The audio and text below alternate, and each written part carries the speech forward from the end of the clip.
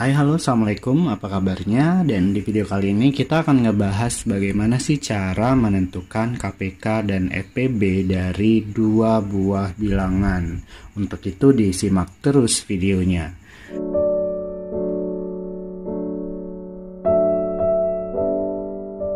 Nah, di sini saya sudah menuliskan satu buah contoh soal, tentukan KPK dan EPB dari 40 dan 60. Jadi untuk menjawab soal seperti ini, kita harus menentukan dulu faktorisasi prima dari masing-masing bilangan 40 dan 60. Bagaimana cara menentukan faktorisasi primanya? Itu dengan cara kita buat pohon faktor. Nah, namun gimana sih cara bikin pohon faktor? Kita harus hafal dulu bilangan-bilangan prima. Jadi bilangan-bilangan prima itu adalah 2, 3, 5, 7, 11, dan seterusnya. Nah, jadi bilangan-bilangan prima ini nantinya akan membagi bilangan 40 dan 60. Langsung saja kita buat pohon faktornya. Yang pertama untuk 40. Oke, 40 adalah bilangan genap ya. Jadi kalau genap langsung saja kita bagi dengan 2. Ingat kalau yang genap langsung kita bagi dengan 2. 40 dibagi 2 hasilnya adalah 20. 20 masih genap, artinya masih kita bagi dengan 2. 10 hasilnya. 10 masih genap, kita bagi lagi dengan 2, hasilnya 5. Nah, perhitungan akan berhenti ketika didapatkan bilangan prima lain, yaitu 5. Nah, 5 ini ada di sini nih bilangan prima. Jadi, perhitungan pohon faktornya berhenti sampai di sini. Jadi faktorisasi prima dari 40 adalah 2 kali 2 kali 2 kali 5. Atau karena 2-nya ada 3 kali, jadi 2 pangkat 3 dikali 5. Jadi kita bikinkan dulu faktorisasi prima untuk 40. 2 kali 2 kali 2 kali 5. Atau 2 pangkat 3 dikali 5. Oke, itu adalah faktorisasi prima untuk 40. Sekarang 60. 60 genap, kita bagi dengan 2. 60 bagi 2 hasilnya 30. 30 juga genap, kita bagi dengan 2, hasilnya 15. 15 ini adalah bilangan ganjil, nggak bisa kita bagi dengan 2. Berarti kita harus membagi 15 dengan bilangan yang lain. Karena 2 nggak bisa, kita geser nih. Berarti kita bagi dengan 3. Bisa nggak sih dibagi 3? Ternyata bisa.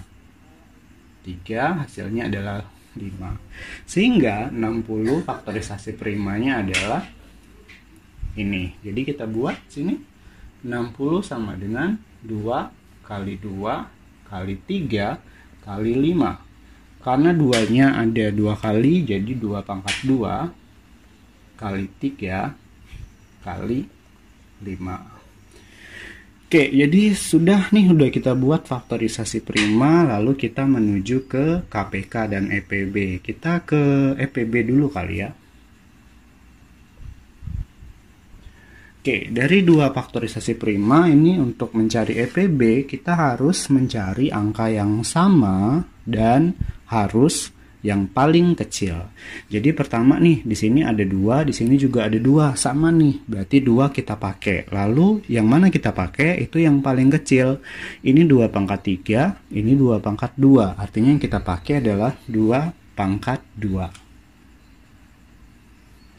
Lalu selain angka 2 ada angka berapa lagi? Di sini ada angka 3 nih. Di sini nggak ada angka 3. Oh, berarti angka 3 nggak usah kita pakai karena tidak sama. Terus angka 5. Ini 5 sama-sama pangkatnya 1 atau nggak punya pangkat ya. 1 itu nggak pernah ditulis. Jadi itu sebetulnya 5 pangkat 1, tapi nggak usah kita tulis pangkat 1-nya. Jadi di sini karena sama ya, jadi tidak masalah kita pakai yang mana. Jadi kita cukup pakai 5. Nah, jika sudah, kita lakukan perhitungan 2 pangkat 2 itu artinya 2 dikali 2. 2 kali 2 itu sama dengan 4. Dikali 5 sama dengan 20. Jadi untuk EPB-nya adalah 20. Lalu gimana sih dengan KPK? Nah, tadi kalau untuk nyari EPB kita harus cari yang sama dan yang paling kecil. Nah, KPK ini kebalikan dari EPB. Jadi kita nggak perlu cari yang sama dan ambil yang paling besar.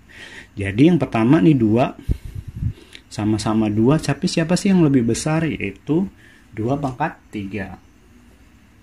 Lalu 3-nya sendirian karena ini KPK, jadi nggak perlu sama, ya kita pakai 3. Dan yang terakhir nih 5-nya kebetulan sama, kita pakai yang paling besar. Karena tidak ada yang lebih besar, ya kita pakai salah satu saja. Nah, jika sudah, kita silahkan melakukan perhitungan seperti biasa. Untuk 2/3, artinya 2 dikali 2 dikali 2. Kita hitung tuh, 2 kali 2 itu 4, dikali 2 lagi sama dengan 8. 8 dikali 3 dikali 5. 8 dikali 3 itu 24, lalu 24 kita kali lagi dengan 5. Jadi 120. Oke, jadi diperoleh nih. EPB-nya adalah 20, sedangkan KPK-nya adalah 120. Jadi seperti itu caranya menentukan KPK dan EPB dari dua bilangan. Jadi harus dibikin pohon faktor. Silahkan like jika suka video ini. Jika ada yang ingin ditanyakan, silahkan tinggalkan di kolom komentar. Dan jangan lupa like dan subscribe untuk tahu cara menghitung pelajaran matematika yang lain. Sampai ketemu di video selanjutnya.